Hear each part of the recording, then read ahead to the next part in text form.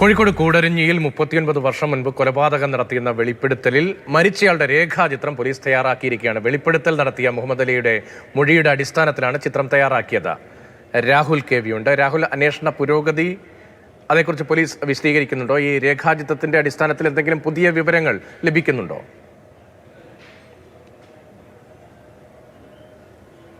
രതീഷ്, യഥാർത്ഥത്തിൽ മുഹമ്മദ് അലിയുടെ വെളിപ്പെടുത്തലുകൾ പോലീസിന് തലവേദനയായതാണ്. ഇത് സംബന്ധിച്ച് കൂടുതൽ അന്വേഷണം നടത്തിയെങ്കിലും മരിച്ചത് ആരാണ്, ഏത് നാട്ടുകാരനാണ്, സ്വദേശം ഏതാണെന്നൊന്നും കണ്ടെത്താൻ ഇതുവരെ കഴിഞ്ഞിട്ടില്ല.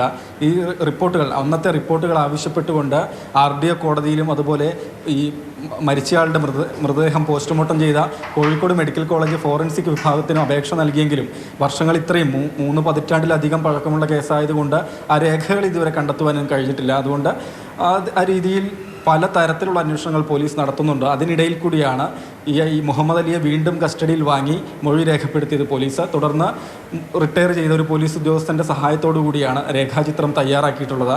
ഈ രേഖാചിത്രം മാധ്യമങ്ങളിലൂടെ നൽകുന്നത് അടക്കം കണ്ട് ആരെങ്കിലും ഏതെങ്കിലും തരത്തിലുള്ള വിവരങ്ങളുമായി വരുമെന്നൊരു പ്രതീക്ഷ കൂടി അന്വേഷണ സംഘത്തിനുണ്ട്.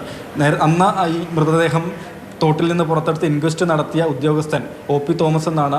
കൂടരഞ്ഞി തിരുവമ്പാടി SI ആയിരുന്നു.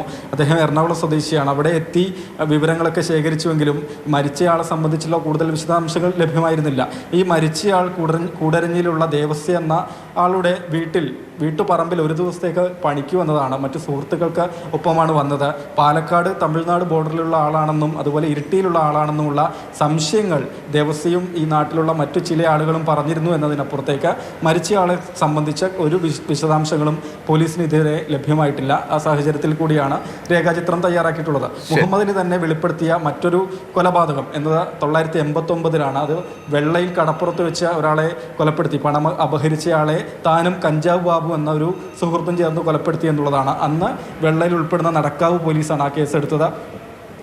കൊലപാതക കേസ് അന്ന് രജിസ്റ്റർ ചെയ്തിട്ടുണ്ട് മുഹമ്മദ് അലി വെളിപ്പെടുത്തിയ അതേസമയം. പക്ഷേ ആ കേസിലും മരിച്ച ആളാരാണ്, കൊല്ലപ്പെട്ട ആളാരാണ്, അയാളുടെ പേര് വിവരങ്ങളൊന്നും തന്നെ ലഭ്യമായിട്ടില്ല. രണ്ടിലും തിരുവമ്പാടി പോലീസും അതുപോലെ പ്രത്യേക അന്വേഷണ സംഘം കോഴിക്കോട് ടൗൺ അസിസ്റ്റന്റ് കമ്മീഷണർ നേതൃത്വത്തിൽ രൂപീകരിച്ച അന്വേഷണം നടക്കുകയാണ്. എന്തായാലും ഈ രേഖാചിത്രം പുറത്തുവിടുന്നതോടുകൂടി ഏതെങ്കിലും തരത്തിലുള്ള തിരിച്ചറിഞ്ഞ ആളുകൾ വരുമെന്നൊരു പ്രതീക്ഷയിലാണ് അന്വേഷണ സംഘമുള്ളത്.